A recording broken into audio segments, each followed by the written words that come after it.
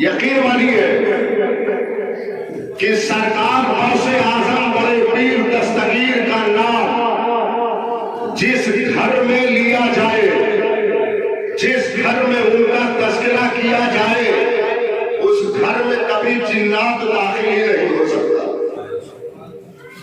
जिन्नात दाखिल ही नहीं हो सकता, कोई नहीं सकता दाखिल जिन्नात।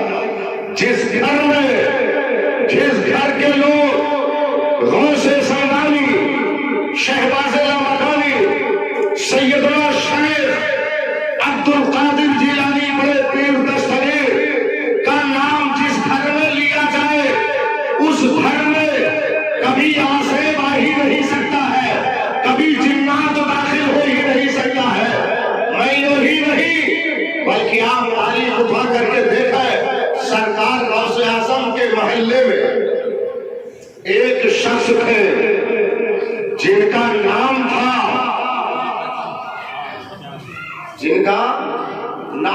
अब्दुल्ला।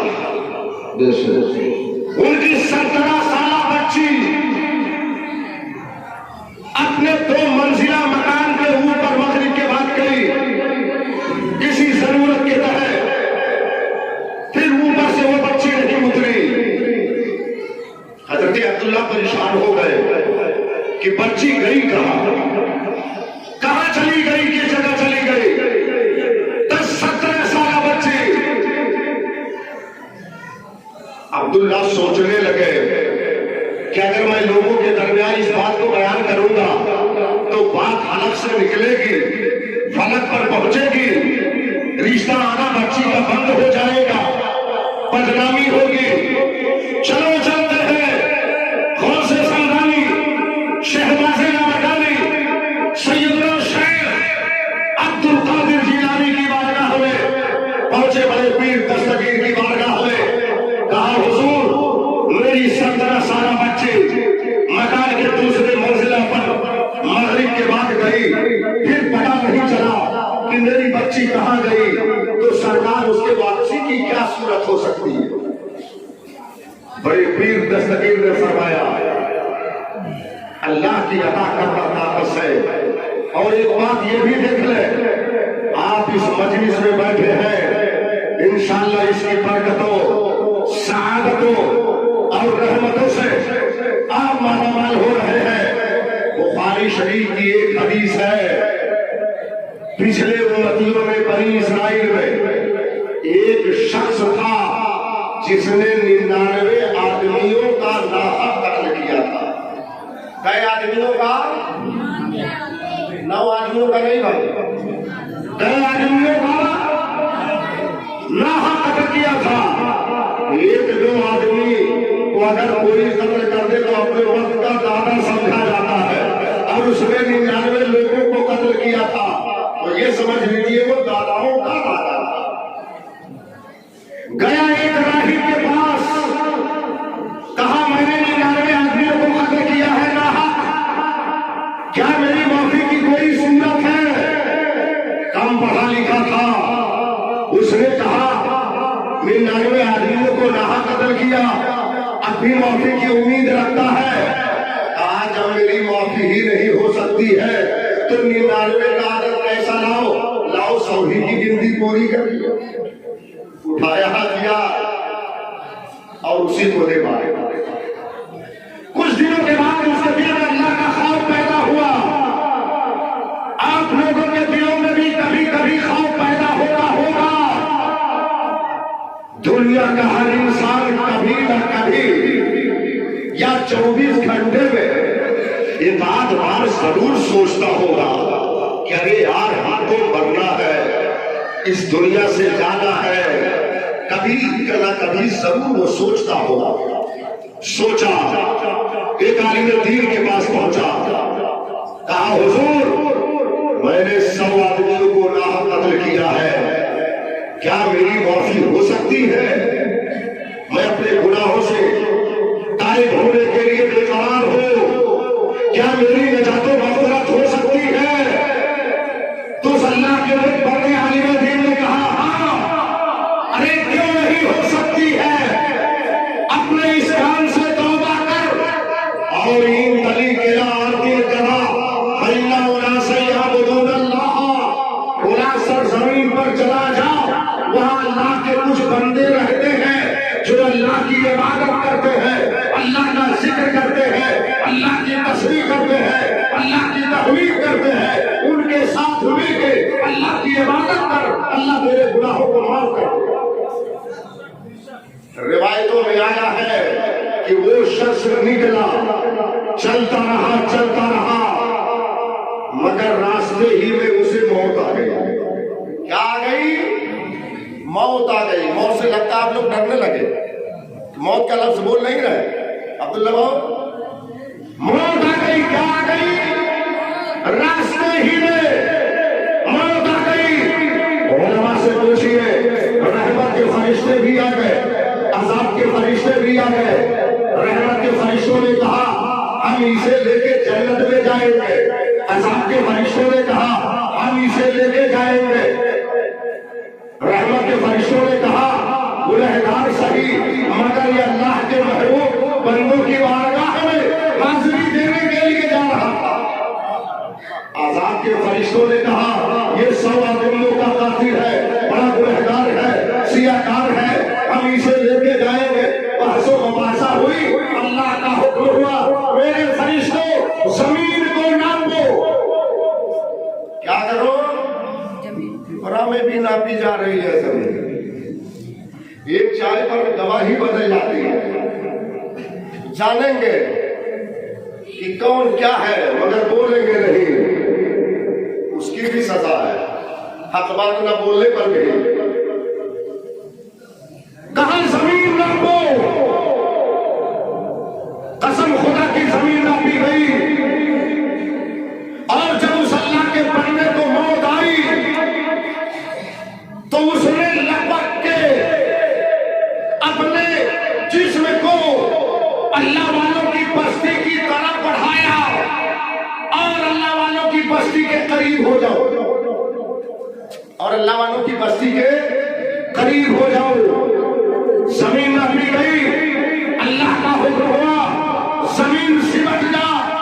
जमीन सिमट गई। हदीस पाक में है जमीन नापी गई, मगर हाज़ा अक़रबो बेशिब्र, एक बालिश यानी एक बीता वो बंदा अल्लाह वालों की बस्ती के करीब निकल। कितना? अल्लाह वालों की बस्ती के करीब। हुक्म हुआ रहमत के फरिश्तों से लेके जाओ। तो अल्लाह का शुक्र है बिला तस्बीह हो हमसे हमें से एक अजीम शख्सियत की बारगाह में खिलाफ़ अक़ीदत पेश करने के लिए हाजिर हुए हैं। वो बड़े पीर दस्तगीर पहुंचे अब्दुल्ला उनकी बारगाह में कि सरकार मेरी 17 साल बच्चे गायब हो गई, पता नहीं चल रहा है मेरी वो बच्ची कहाँ गई। सरकार गौसे आज़म ने फरमाया उसे कोई जिन्नात उठा के ले गया। कहा सरकार उसकी वापसी की क्या सूरत हो सकती है? कहा देखो बगदाद के करीब कर्ख पहाड़ है, चले जाओ। पहाड़ों का सिलसिला है, एक पहाड़ खत्म हो, दूसरा पहाड़, तीसरा पहाड़, चौथा, पांचवा पहाड़ जब आए तो वहां उस पहाड़ पर तुम बैठ जाना और अपने इर्द गिर्द बिस्मिल्लाह अला नियते अब्दुल कादिर पढ़ के एक लकीर खींच लेना, उसमें बैठ जाना।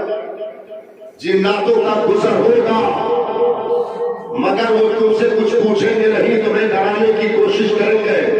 ना वो तुमसे कुछ पूछेंगे, ना तुम उनसे कुछ पूछना। और वक्त गुजरता जाएगा, फिर जब जिन्नातों का बादशाह आएगा घोड़े पर सवार होकर, वो तुमसे पूछेगा तो सारा माजरा और सारा मामला बयान कर देना। हज़रत अब्दुल्ला बयान करते हैं मैं कर्ख के उस पहाड़ पर, 5वें पहाड़ पर गया। बिस्मिल्लाह अला नियते अब्दुल कादिर। सरकार गौसे आज़म का नाम क्या है? अब्दुल कादिर। उनके वालिद का नाम अबू सालेह जंगी दोस्त लक़ब है, और नाना का नाम अब्दुल्ला सुमई, और माँ का नाम क्या है आप लोग बताइए। सरकार गौसे आज़म की माँ का नाम क्या था? मजलिस कोई जानता है? नहीं, सुनिए, उम्मुल खैर फातिमा, ये वो बड़े पीर दस्तगीर की मां है। बड़े पीर दस्तगीर पैदा हुए, तकरीबन 4 साल से उम्र बढ़ी, गए आलिम दीन के पास। आलिम दीन ने पढ़ाया बिस्मिल्लाहिर रहमानिर रहीम, बिस्मिल्लाहिर रहमानिर रहीम, बिस्मिल्लाह पढ़ते ही बड़े पीर दस्तगीर 18 पारा पढ़ दिए। कितना? 18 पारा। मजमे में किसी को याद है भाई? मौलाना जुनेद साहब, हाफिज जुनेद साहब हो सकते भाई के मौलाना, लेकिन वो है हाफिज तो है नहीं कि है आप हाफिज है, तो उनको याद है 18 क्या 29 पारे? 18 पारे बड़े पीर दस्तगीर ने सुना दिए। वो सास हैरान, बेटा 18 पारे कैसे याद हो गए? कहा मेरी माँ को 18 पारे याद थे। मेरी माँ रोजाना कुरान अजीम की तिलावत किया करते थे। मैं अपनी माँ के शिकम में था, कुरान अजीम सुनता था, मुझे 18 पारे याद हो गए। 18 पारे याद हो गए। आज भी हमारे नौजवान, अल्लाह का शुक्र है, हमारे अब्दुल्ला बाबू के फरमा कर रहे कई पढ़ने वाले मौजूद हैं। मगर आप देखें जो यूरोपीय ममालिक है, जब बच्चा अपने माँ के शिकम में करार पाता था तो जानते हैं उन औरतों के सामने इस चीज का जिक्र किया जाता था। एक से एक पहलवानों का जिक्र, एक से एक साइंसदानों का जिक्र किया जाता था, ताकि पैदा होने वाला बच्चा साइंसदान बने, पैदा होने वाला बच्चा अपने वक्त का दानिश्वर बने, पैदा होने वाला बच्चा अपने वक्त का जानकार बने। आप जब किताबें उठा के देखेंगे तो पता चलेगा तारीख में ये लिखा हुआ है, मैंने पढ़ा है। बल्कि अंग्रेजों ने यहां तक किया है कि लाके जब एक औरत हामिला होती थी तो लाके बड़े बड़े लोगों की तस्वीरें लगा दिया करते थे, ताकि औरत सुबह शाम वो तस्वीरें देखे और पैदा होने वाले बच्चे पर उसका असर पड़ा। लेकिन आज हमारी माएं और बहनें, अगर बच्चा शिकम में है तो दीन की बातें नहीं, दुनिया की बातें बहुत ज्यादा हुआ करती है। और किसी आलिम दीन और औलियाए किराम और अंबियाए किराम के सीरतों के तस्करे नहीं, बल्कि दुनियादारों के सीरतों के तस्करे होते हैं। इसीलिए पैदा होने वाला बच्चा वहीं से तालीम याफ्ता होता है। दुनिया में आके वो दीन का वफादार नहीं, दीन का गद्दार बनता हुआ नजर आता है। माँ बाप का वफादार नहीं, बल्कि माँ बाप का गद्दार बनता हुआ। इसीलिए सरकार गौसे आज़म की सीरत को सुने।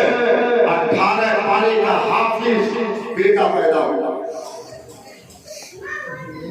गए जिन्नातों की आमद होती रही, आते रहे जाते रहे, वक्त गुजरता गया। आधी रात से ज्यादा जब वक्त गुजरा तो जिन्नातों का बादशाह घोड़े पर सवार होके आया, घोड़े को रोक दिया और बुलंद आवाज से कहा, तुम कौन हो, क्यों बैठे हो यहाँ? ये जिन्नातों की गुजरगाह है, तुम्हें खतरा हो सकता है, परेशानी नहीं हो सकती है, क्यों बैठे हो?